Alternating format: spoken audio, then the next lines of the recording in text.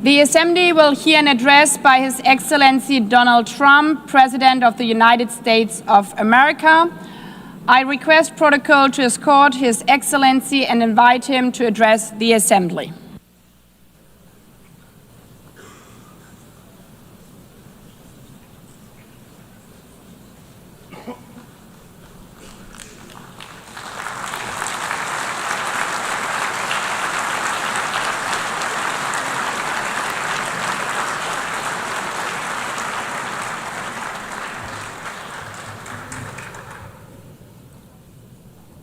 Thank you very much. Very much appreciated.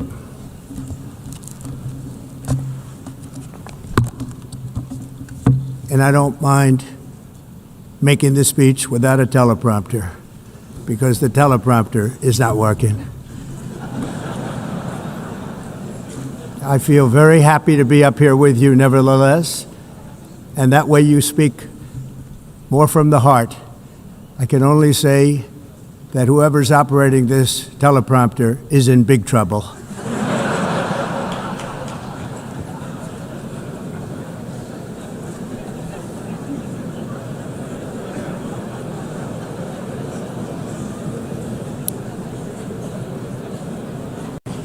Hello, Madam First Lady. Thank you very much for being here.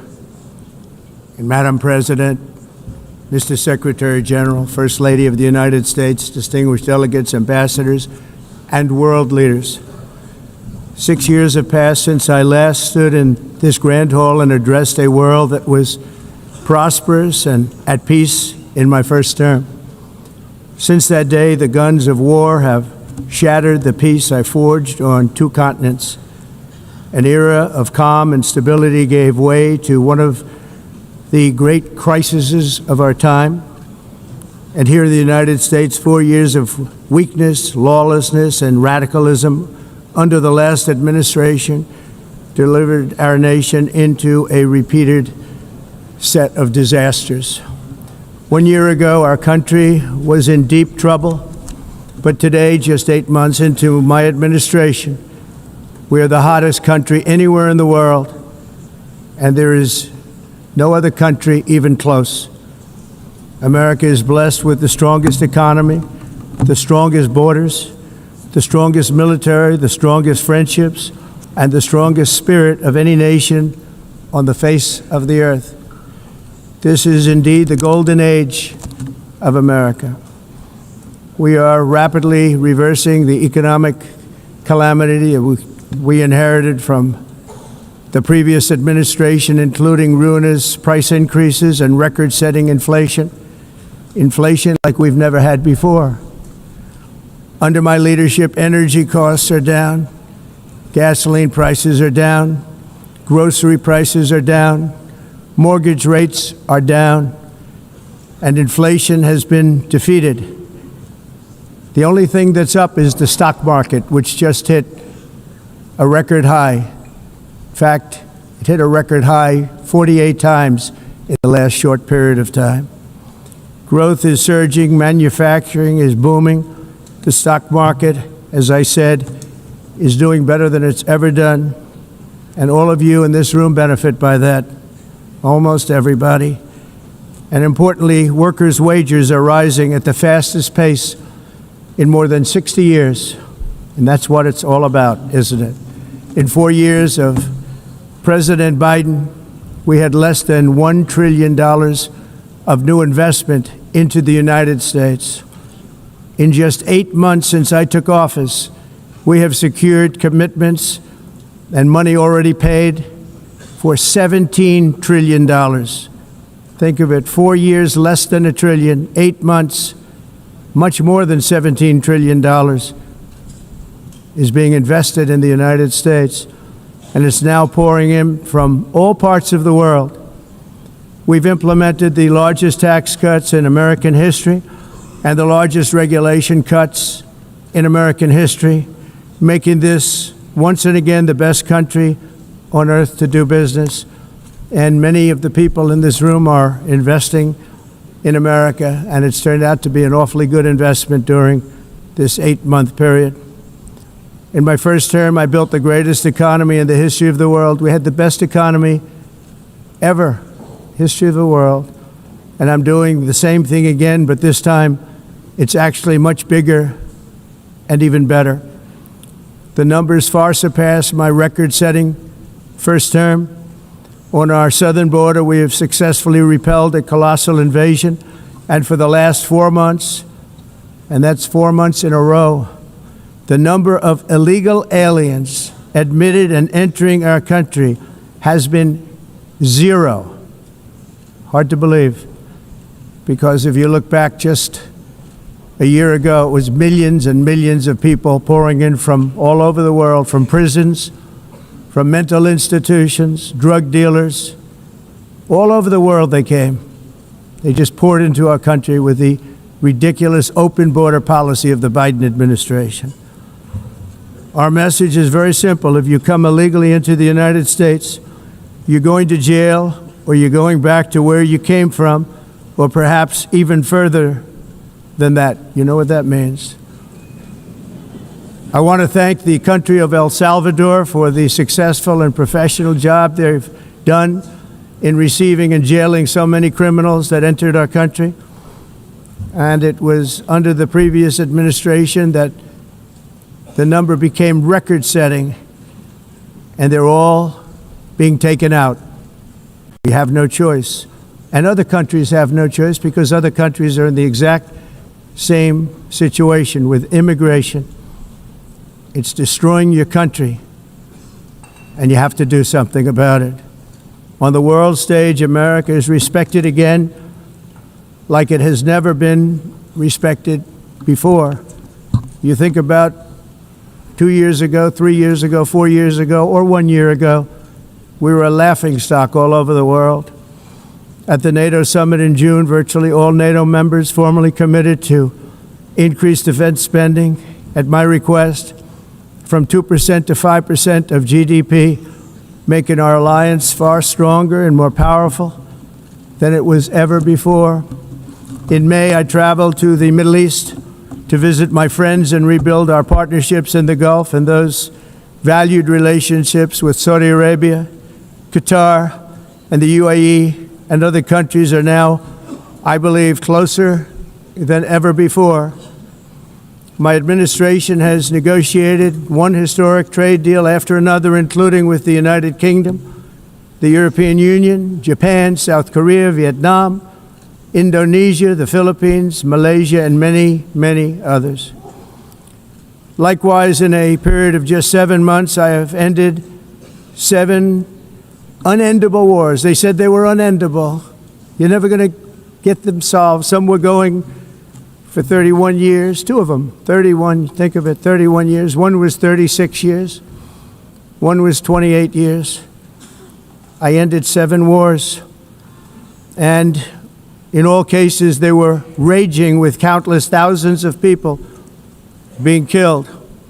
This includes Cambodia and Thailand, Kosovo and Serbia, the Congo and Rwanda, a vicious, violent war that was, Pakistan and India, Israel and Iran, Egypt and Ethiopia, and Armenia and Azerbaijan. It included all of them. No president or prime minister, and for that matter, no other country has ever done anything close to that. And I did it in just 7 months. It's never happened before. There's never been anything like that. I'm very honored to have done it. It's too bad that I had to do these things instead of the United Nations doing them. And sadly, in all cases, the United Nations did not even try to help in any of them. I ended 7 wars, dealt with the leaders of each and every one of these countries, and never even received a phone call from the United Nations offering to help in finalizing the deal. All I got from the United Nations was an escalator that on the way up stopped right in the middle. If the First Lady wasn't in great shape, she would have fallen, but she's in great shape. We're both in good shape. We both stood. And then a teleprompter that didn't work. These are the two things I got from the United Nations, a bad escalator and a bad teleprompter. Thank you very much. And by the way, it's working now. Just went on. Thank you. I think I should just do it the other way. It's easier. Thank you very much. I didn't think of it at the time because I was too busy working to save millions of lives. That is the saving and stopping of these wars. But later I realized that the United Nations wasn't there for us. They weren't there. I thought of it really after the fact, not during these negotiations, which were not easy.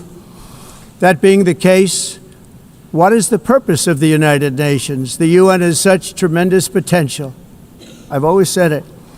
It has such tremendous, tremendous potential, but it's not even coming close to living up to that potential. For the most part, at least for now, all they seem to do is write a really strongly worded letter and then never follow that letter up. It's empty words, and empty words don't solve war. The only thing that solves war and wars is action. Now, after ending all of these wars and also earlier negotiating the Abraham Accords, which is a very big thing for which our country received no credit, never receives credit. Everyone says that I should get the Nobel Peace Prize for each one of these achievements. But for me, the real prize will be the sons and daughters who live to grow up with their mothers and fathers, because millions of people are no longer being killed in endless and unglorious wars. What I care about is not winning prizes, it's saving lives. We saved millions and millions of lives with the 7 wars. And we have others that we're working on, and you know that. Many years ago, a very successful real estate developer in New York, known as Donald J. Trump, I bid on the renovation and rebuilding of this very United Nations complex. I remember it so well. I said at the time that I would do it for $500 million, rebuilding everything. It would be beautiful. I used to talk about, I'm going to give you marble floors. They're going to give you terrazzo. I'm going to give you the best of everything. You're going to have mahogany walls. They're going to give you plastic. But they decided to go in another direction, which was much more expensive at the time, and which actually produced a far inferior product. And I realized that they did not know what they were doing when it came to construction, and that their building concepts were so wrong, and the product that they were proposing to build was so bad and so costly. It was going to cost them a fortune. And I said, and wait till you see the overruns. Well, I turned out to be right. They had massive cost overruns and spent between $2 and $4 billion on the building and did not even get the marble floors that I promised them. You walk on terrazzo. Do you notice that? As far as I'm concerned, frankly, looking at the building and getting stuck on the escalator, they still haven't finished the job. They still haven't finished. That was years ago. The project was so corrupt that Congress actually asked me to testify before them on the tremendous waste of money, because it turned out that they had no idea what it was, but they knew it was anywhere between $2 and $4 billion as opposed to $500 million with a guarantee. But they had no idea, and I said it cost much more than $5 billion. Unfortunately, many things in the United Nations are happening just like that, but on an even much bigger scale, much, much bigger. Very sad to see. Whether the UN can manage to play a productive role, I've come here today to offer the hand of American leadership and friendship to any nation in this assembly that is willing to join us in forging a safer, more prosperous world. And it's a world that we'll be much happier with. A dramatically better future is within our reach. But to get there, we must reject the failed approaches of the past and work together to confront some of the greatest threats in history. There is no more serious danger to our planet today than the most powerful and destructive weapons ever devised by man, of which the United States, as you know, has many. Just as I did in my first term, I've made containing these threats a top priority, starting with the nation of Iran. My position is very simple. The world's #1 sponsor of terror can never be allowed to possess the most dangerous weapon. That's why shortly after taking office, I sent the so-called Supreme Leader a letter making a generous offer. I extended a pledge of full cooperation in exchange for a suspension of Iran's nuclear program. The regime's answer was to continue their constant threats to their neighbors and U.S. interests throughout the region and some great countries that are right nearby. Today, many of Iran's former military commanders, in fact, I can say almost all of them, are no longer with us. They're dead. And 3 months ago, in Operation Midnight Hammer, 7 American B-2 bombers dropped the 14 30,000-pound each bombs on Iran's key nuclear facilities, totally obliterating everything. No other country on earth could have done what we did. No other country has the equipment to do what we did. We have the greatest weapons on earth. We hate to use them. But we did something that for 22 years people wanted to do. With Iran's nuclear enrichment capacity demolished, I immediately brokered an end to the 12-day war, as it's called, between Israel and Iran, with both sides agreeing to fight no longer. As everyone knows, I have also been deeply engaged in seeking a ceasefire in Gaza. Have to get that done. Have to get it done. Unfortunately, Hamas has repeatedly rejected reasonable offers to make peace. We can't forget October 7th, can we? Now, as if to encourage continued conflict, some of this body is seeking to unilaterally recognize a Palestinian state. The rewards would be too great for Hamas terrorists for their atrocities. This would be a reward for these horrible atrocities, including October 7th, even while they refuse to release the hostages or accept a ceasefire.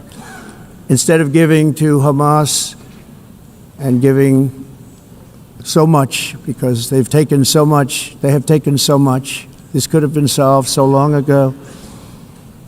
But instead of giving in to Hamas's ransom demands, those who want peace should be united with one message: release the hostages now. Just release the hostages now. Thank you.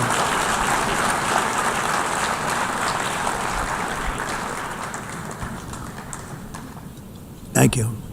As we have got to come together, and we will come together, got to get it done. We have to stop the war in Gaza immediately. We have to stop it. We have to get it done. We have to negotiate, immediately have to negotiate peace. We got to get the hostages back. We want all 20 back. We don't want 2 and 4. As you know, I got, along with Steve Witkoff and others that helped us, Marco Rubio, we got most of them back. We were involved in all of them.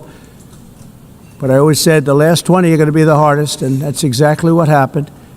We have to get them back now. We don't want to get back 2, and then another 2, and then 1, and then 3. Have this process. No, we want them all back, and we want the actually 38 dead bodies back too. Those parents came to me, and they want them back, and they want them back very quickly and very badly, as though they were alive. They want them. They want them every bit as much as if their son or daughter were alive.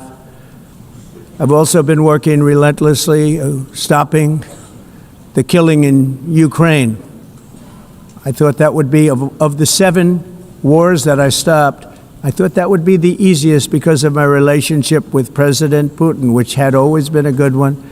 I thought that was going to be the easiest one. But you know, in war, you never know what's going to happen. There are always lots of surprises, both good and bad. Everyone thought Russia would win this war in 3 days. But it didn't work out that way. It was supposed to be just a quick little skirmish. It's not making Russia look good. It's making them look bad. No matter what happens from here on out, this was something that should have taken a matter of days, certainly less than a week. And they've been fighting for 3.5 years and killing anywhere from 5,000 to 7,000 young soldiers, mostly soldiers, on both sides, every single week, from 5,000 to 7,000 dead young people, and some in cities, much smaller numbers, where rockets are shot, where drones are dropped. This war would never have started if I were president. This was a war that should have never happened. It shows you what leadership is, what bad leadership can do to a country. Look what happened to the United States, and look where we are right now in just a short period of time. The only question now is how many more lives will be needlessly lost on both sides. China and India are the primary funders of the ongoing war by continuing to purchase Russian oil. But inexcusably, even NATO countries have not cut off much Russian energy and Russian energy products, which, as you know, I found out about 2 weeks ago, and I wasn't happy. Think of it. They're funding the war against themselves. Who the hell ever heard of that one? In the event that Russia is not ready to make a deal to end the war, then the United States is fully prepared to impose a very strong round of powerful tariffs, which would stop the bloodshed, I believe, very quickly. But for those tariffs to be effective, European nations, all of you are gathered here right now, would have to join us in adopting the exact same measures. I mean, you're much closer to this. We have an ocean in between. You're right there. And Europe has to step it up. They can't be doing what they're doing. They're buying oil and gas from Russia while they're fighting Russia. It's embarrassing to them, and it was very embarrassing to them when I found out about it, I can tell you that. They have to immediately cease all energy purchases from Russia. Otherwise, we're all wasting a lot of time. So I'm ready to discuss this. We're going to discuss it today with the European nations, all gathered here. I'm sure they're thrilled to hear me speak about it, but that's the way it is. I like to speak my mind and speak the truth. As we seek to reduce the threat of dangerous weapons today, I'm also calling on every nation to join us in ending the development of biological weapons once and for all. And biological is terrible, and nuclear is even beyond, and we include nuclear in that. We want to have a cessation of the development of nuclear weapons. We know, and I get to view it all the time. Sir, would you like to see? And I look at weapons that are so powerful that we just can't ever use them. If we ever use them, the world literally might come to an end. There would be no United Nations to be talking about. There would be no nothing. Just a few years ago, reckless experiments overseas gave us a devastating global pandemic. Yet despite that worldwide catastrophe, many countries are continuing extremely risky research into bioweapons and man-made pathogens. This is unbelievably dangerous. To prevent potential disasters, I'm announcing today that my administration will lead an international effort to enforce biological weapons convention, which is going to be meeting with the top leaders of the world by pioneering an AI verification system that everyone can trust. Hopefully the UN can play a constructive role, and it will also be one of the early projects under AI. Let's see how good it is, because a lot of people are saying it could be one of the great things ever, but it also can be dangerous, but it can be put to tremendous use and tremendous good, and this would be an example of that. Not only is the UN not solving the problems it should, too often, it's actually creating new problems for us to solve. The best example is the #1 political issue of our time, the crisis of uncontrolled migration. It's uncontrolled.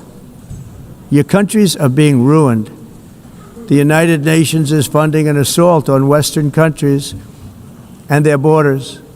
In 2024, the UN budgeted $372 million in cash assistance to support an estimated 624,000 migrants journeying into the United States. Think of that. The UN is supporting people that are illegally coming into the United States, and then we have to get them out.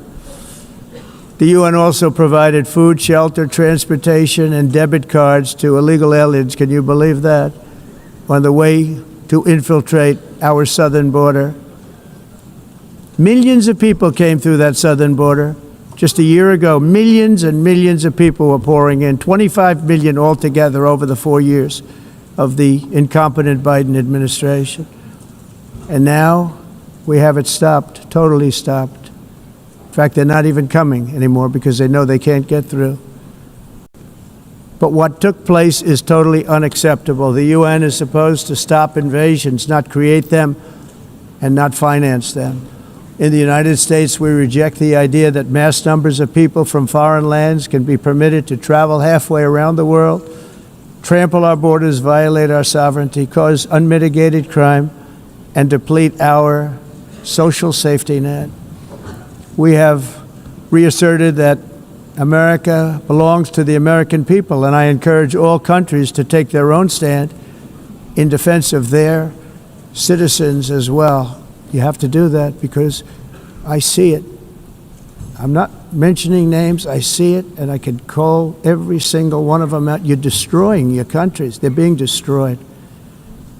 Europe is in serious trouble. They've been invaded by a force of illegal aliens like nobody's ever seen before. Illegal aliens are pouring into Europe. Nobody is ever, and nobody's doing anything to change it, to get them out. It's not sustainable. And because they choose to be politically correct, they're doing just absolutely nothing about it. And I have to say, I look at London, where you have a terrible mayor, terrible, terrible mayor. And it's been so changed, so changed. Now they want to go to Sharia law. But you're in a different country. You can't do that. Both the immigration and their suicidal energy ideas will be the death of Western Europe if something is not done immediately. This cannot be sustained. What makes the world so beautiful is that each country is unique. But to stay this way, every sovereign nation must have the right to control their own borders. You have the right to control your borders, as we do now, and to limit the sheer numbers of migrants entering their countries and paid for by the people of that nation that were there and that built that particular nation at the time.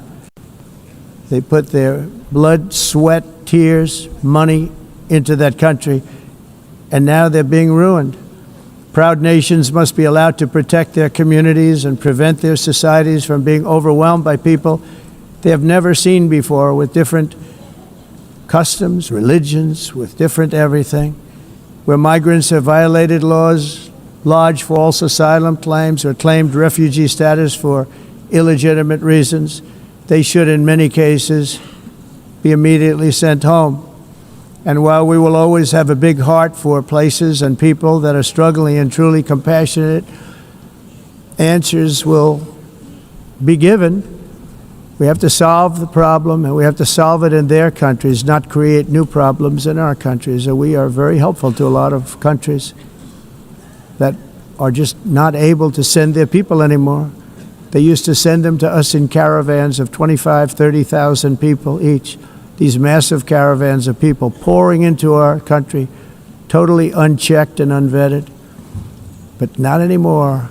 According to the Council of Europe, in 2024, almost 50% of inmates in German prisons were foreign nationals or migrants. In Austria, the number was 53% of the people in prisons were from places that weren't from where they are now.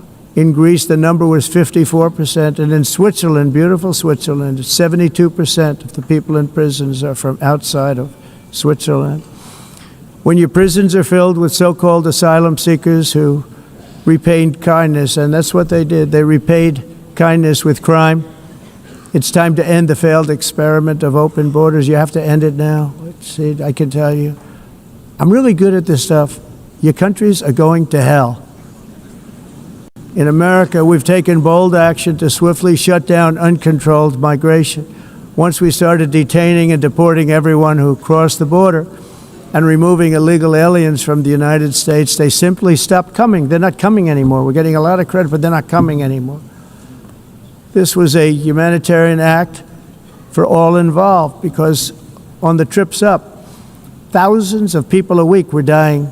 Women were being raped. Nobody's ever seen anything like it. Raped, horribly beaten, raped. On the trip up, the journey up, it was a long walk. It was a long, arduous journey, indeed. And it was also a historic victory against human trafficking throughout the region. What we did was a victory, and we saved so many lives of people that wouldn't make the journey. That journey was loaded up with death. Loaded up with death. Dead bodies all along the roads of jungles to get up. They go through jungles, they go through areas so hot you couldn't breathe. They were dying of suffocation, areas so hot that you couldn't breathe. Dead bodies all over. By them not coming, we're saving tremendous numbers of lives. My people have done a fantastic job in doing what they did, and the American public agrees with it. I mean, I was very proud to see this morning I have the highest poll numbers I've ever had. Part of it is because of what we've done on the border. I guess the other part is what we've done on the economy. Joe Biden's policies empowered murderous gangs, human smugglers, child traffickers, drug cartels, and prisoners from all over the world. The previous administration also lost nearly 300,000 children. Think of that. They lost more than 300,000 children, little children, who were trafficked into the United States on the Biden watch, many of whom have been raped, exploited, and abused, and sold. Sold. Nobody talks about that. The fake news doesn't write about it. With many others, young children who are missing or dead. And we found a lot of these children, and we're sending them back, and we've been sending them back to their parents. They said, nobody knows who they are. They said, where do you come from? And they'll give us a country, and we'll find out, and we'll figure it out, and we'll bring them back to their homes. And the mother and father rush to the door, and their tears in their eyes. They can't believe that they're seeing their son or daughter, their little son or daughter again. We've done almost 30,000 of them so far. Any system that results in the mass trafficking of children is inherently evil. Yet that is exactly what the globalist migration agenda has done, and it's what it's all about. In America, those days, as you know, are over. The Trump administration is working, and we are continuing to work to track down the villains that are causing this problem, and also, as I said, to get back the 30,000 we've already returned. Now I think we're going to have another. We're going to find a lot. You're not going to find all of them. 300, more than 300,000. They're lost or they're dead. They're lost or they're dead because of the animals that did this. To protect our citizens, I've also designated multiple savage drug cartels as far as and you see this, and you see it happening right before your eyes. Let's put it this way, people don't like taking big loads of drugs in boats anymore. There aren't too many boats that are traveling on the seas by Venezuela. They tend not to want to travel very quickly anymore. And we've virtually stopped drugs coming into our country by sea. We call them the water drugs. They kill hundreds of thousands of people.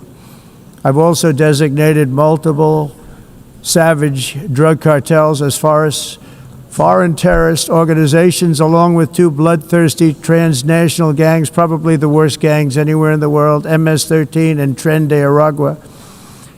Tren de Aragua is from Venezuela, by the way. Such organizations torture, maim, mutilate, and murder with impunity. They're the enemies of all humanity. And for this reason, we've recently begun using the supreme power of the United States military to destroy Venezuelan terrorists and trafficking networks led by Nicolas Maduro. To every terrorist thug smuggling poisonous drugs into the United States of America, please be warned that we will blow you out of existence. That's what we're doing. We have no choice. Can't let it happen. They're destroying I believe we lost 300,000 people last year to drugs, 300,000. Fentanyl and other drugs. Each boat that we sink carries drugs that would kill more than 25,000 Americans. We will not let that happen. Energy is another area where the United States is now thriving like never before. We're getting rid of the falsely named renewables. By the way, they're a joke. They don't work. They're too expensive. They're not strong enough to fire up the plants that you need to make your country great. The wind doesn't blow. Those big windmills are so pathetic and so bad, so expensive to operate. And they have to be rebuilt all the time, and they start to rust and rot. Most expensive energy ever conceived, and it's actually energy. You're supposed to make money with energy, not lose money. You lose money, the governments have to subsidize. You can't put them out without massive subsidies. And most of them are built in China, and I give China a lot of credit. They build them, but they have very few wind farms. So why is it that they build them and they send them all over the world, but they barely use them? You know what they use? Coal. They use gas. They use almost anything, but they don't like wind. But they sure as hell like selling the windmills. Europe, on the other hand, has a long way to go, with many countries being on the brink of destruction because of the green energy agenda. And I give a lot of credit to Germany. Germany was being led down a very sick path, both on immigration, by the way, and on energy. They were going green, and they were going bankrupt.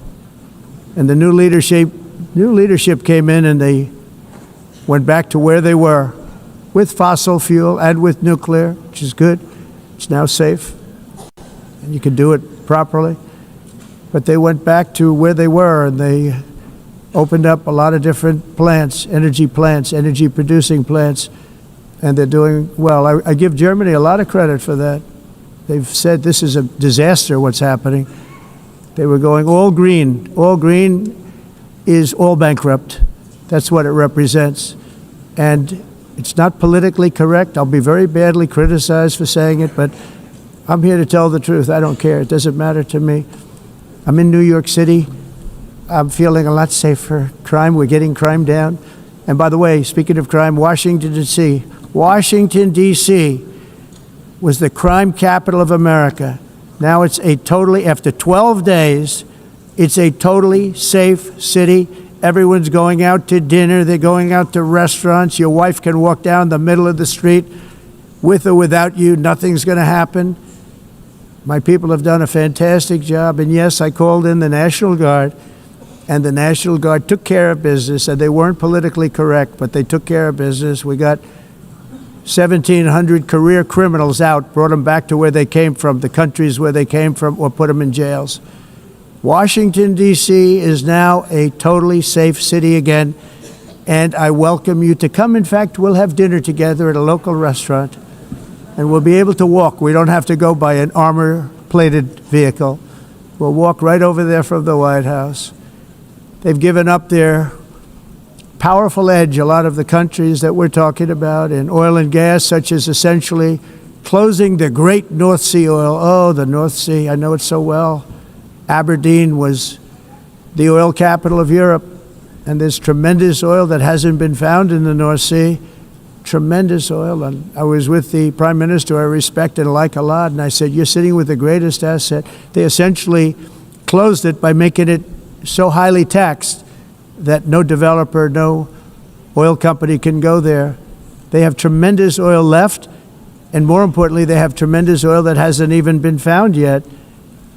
And what a tremendous asset for the United Kingdom.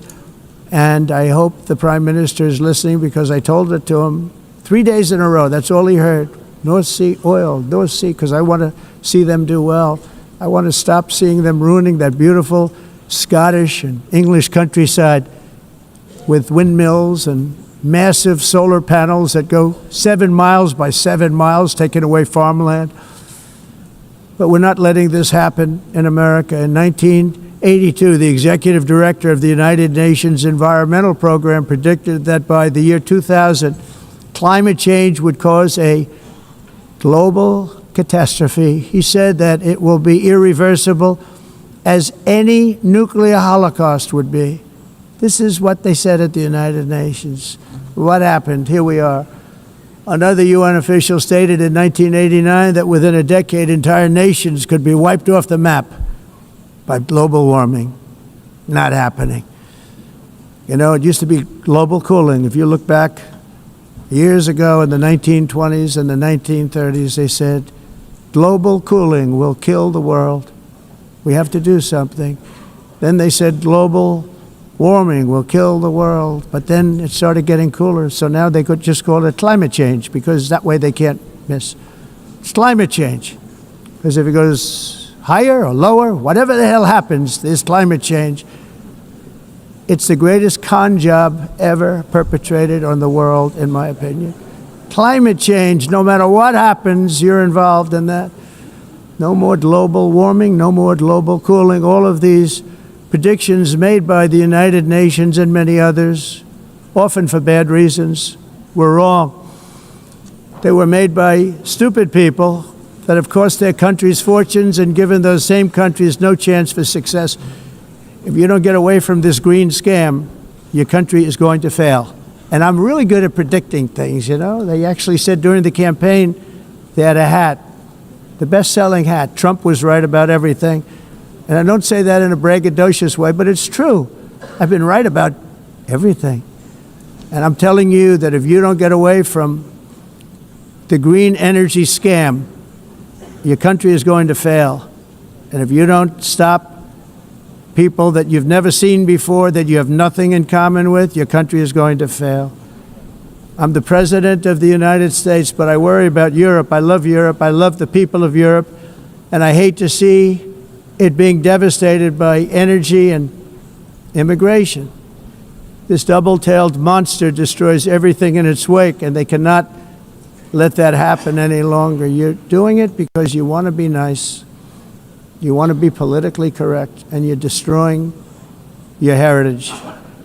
They must take control strongly and immediately of the unmitigated immigration disaster and the fake energy catastrophe before it's too late.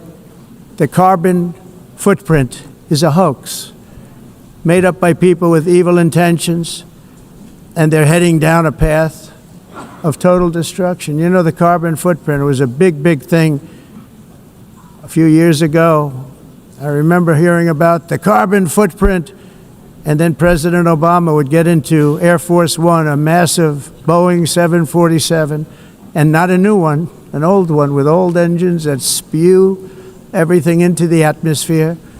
He'd talk about the carbon footprint, we must do so. Then he'd get in and he'd fly from Washington to Hawaii to play a round of golf. And then he'd get back onto that big, beautiful plane and he'd fly back and he'd talk about, again, global warming and the carbon footprint. It's a con job. At extreme cost and expense, Europe reduced its own carbon footprint by 37%. Think of that.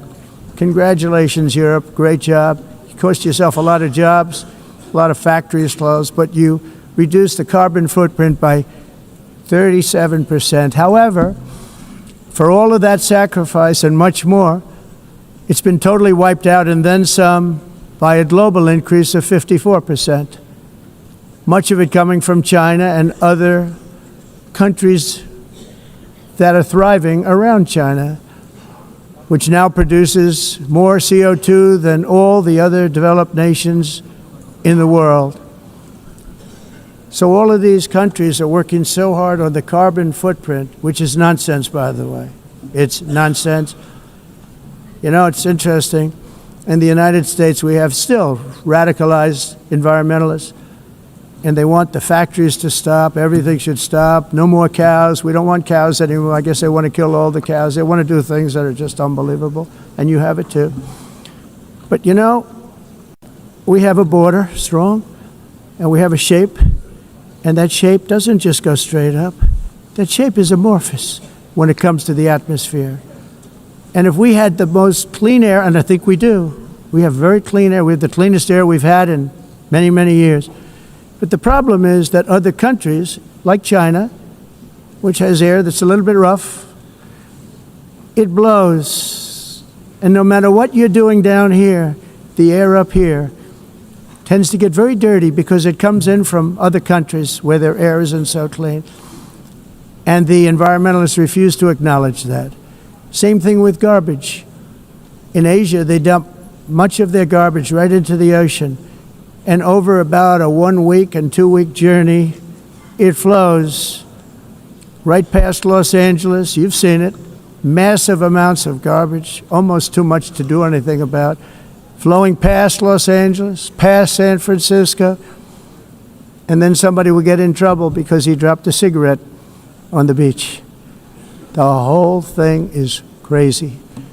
The primary effect of these brutal green energy policies has not been to help the environment, but to redistribute manufacturing and industrial activity from developed countries that follow the insane rules that are put down to polluting countries that break the rules and are making a fortune. They're making a fortune. European electricity bills are now 4 to 5 times more expensive than those in China, and 2 to 3 times higher than the United States. And our bills are coming way down. You probably see that our gasoline prices are way down. You know, we have an expression, drill, baby, drill, and that's what we're doing. We're going to be much lower in a year from now. But they've come way down over the last year. As a result, every air conditioner is like very uncommon to see one in some of these countries because the electric costs are so high.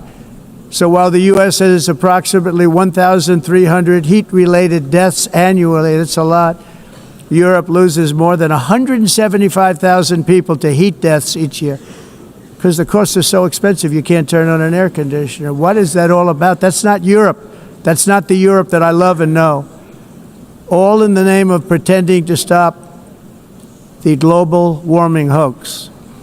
The entire globalist concept of asking successful industrialized nations to inflict pain on themselves and radically disrupt their entire societies must be rejected completely and totally, and it must be immediate. That's why in America I withdrew from the fake Paris Climate Accord, where, by the way, America was paying so much more than every country. Others weren't paying. China didn't have to pay until 2030. Russia was given an old standard that was easy to meet, a 1990 standard. But for the United States, we're supposed to pay like $1 trillion. And I said, this is another scam. The fact is, the United States has been taken advantage of by the world for many, many years, but not any longer, as you probably noticed. I unleashed massive energy production and signed historic executive orders to hunt for oil, but we don't have to do much hunting because we have the most oil of any nation anywhere, oil and gas in the world. And if you add coal, we have the most of any nation in the world. Clean, I call it clean, beautiful coal. You can do things today with coal that you couldn't have done 10 years ago, 15 years. So I have a little standing order in the White House. Never use the word coal, only use the words clean, beautiful coal. Sounds much better, doesn't it? But we stand ready to provide any country with abundant, affordable energy supplies if you need them, when most of you do. We're proudly exporting energy all over the world. We're now the largest exporter. In the United States, we want trade and robust commerce with all nations, everybody. We want to help nations. We're going to help nations. But it must also be fair and reciprocal. The challenge with trade is much the same with climate. The countries that followed the rules, all their factories have been plundered. It's really sad to watch. They've been broken. They've been broken by countries that broke the rules. That's why the United States is now applying tariffs to other countries, and much as these tariffs were for many years applied to us, uncontrollably applied to us. We've used tariffs as a defense mechanism under the Trump administration, including my first term, where hundreds of billions of dollars in tariffs were taken in. And by the way, we had the lowest inflation, and now we have very low inflation. The only thing different is that we have hundreds of billions of dollars flowing into our country. But this is how we will ensure that the system works for everyone, and is sustainable into the future. We're also using tariffs to defend our sovereignty and security throughout the world, including against nations that have taken advantage of former U.S. administrations for decades, including the most corrupt, incompetent administration in history, the sleepy Joe Biden administration. Brazil now faces major tariffs in response to its unprecedented efforts to interfere in the rights and freedoms of our American citizens and others, with censorship, repression, weaponization, judicial corruption, and targeting of political critics in the United States. I have a little problem saying this because I must tell you, I was walking in and the leader of Brazil was walking out. We saw him and I saw him, he saw me, and we embraced. And then I'm saying, can you believe I'm going to be saying this in just 2 minutes? But we actually agreed that we would meet next week. We didn't have much time to talk, like about 20 seconds. They were in retrospect, I'm glad I waited because this thing didn't work out too well. But we did talk, we had a good talk, and we agreed to meet next week, if that's of interest. But he seemed like a very nice man, actually. He liked me, I liked him. But if you, and I only do business with people I like. When I don't like them, I don't like them. But we had, at least for about 39 seconds, we had excellent chemistry. It's a good sign.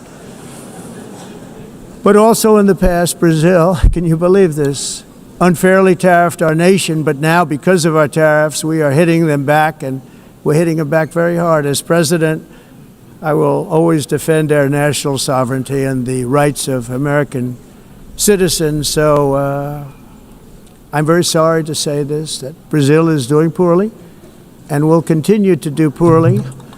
They can only do well when they're working with us.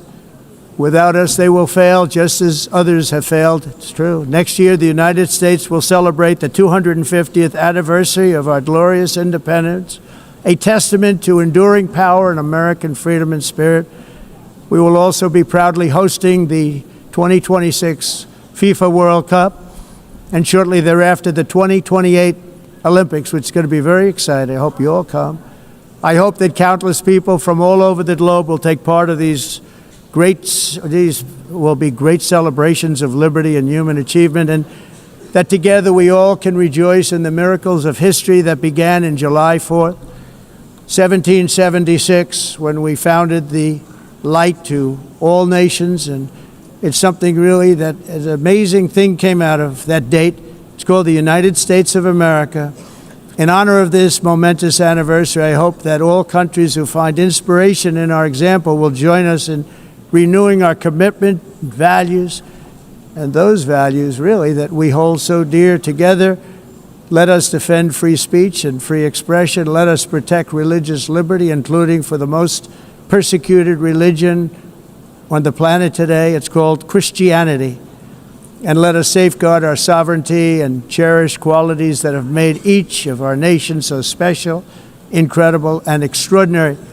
In closing, I just want to repeat that immigration and the high cost of so-called green renewable energy is destroying a large part of the free world and a large part of our planet.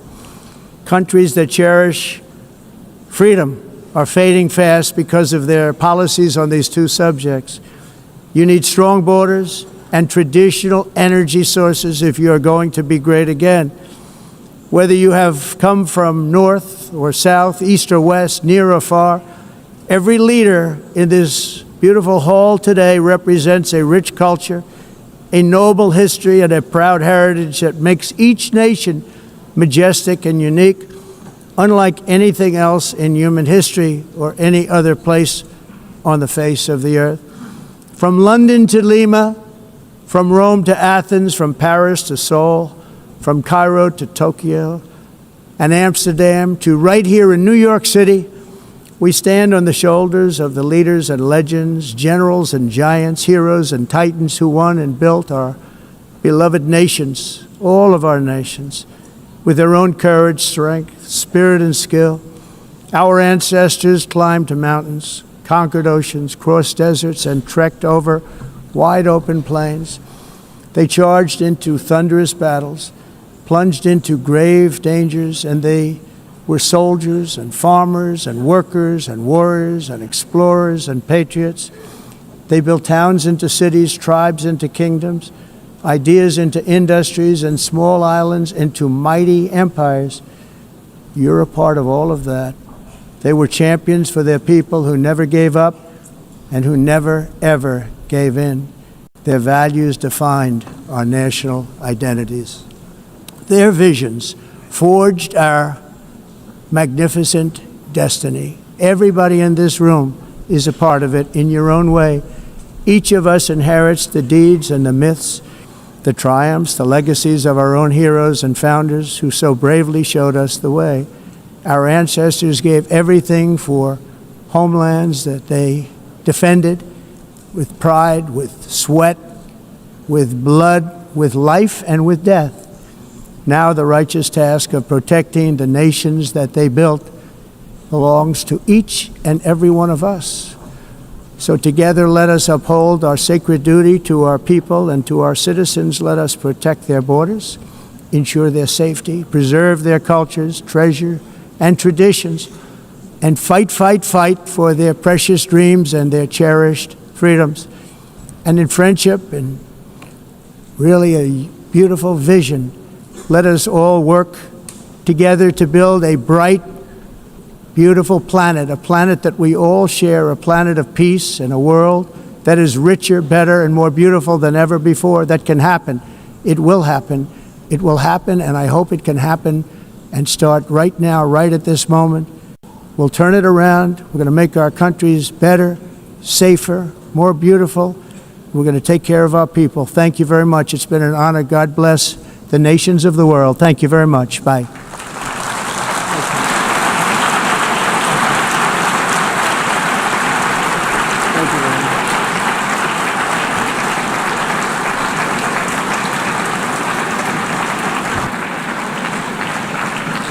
On behalf of the Assembly, I wish to thank the President of the United States,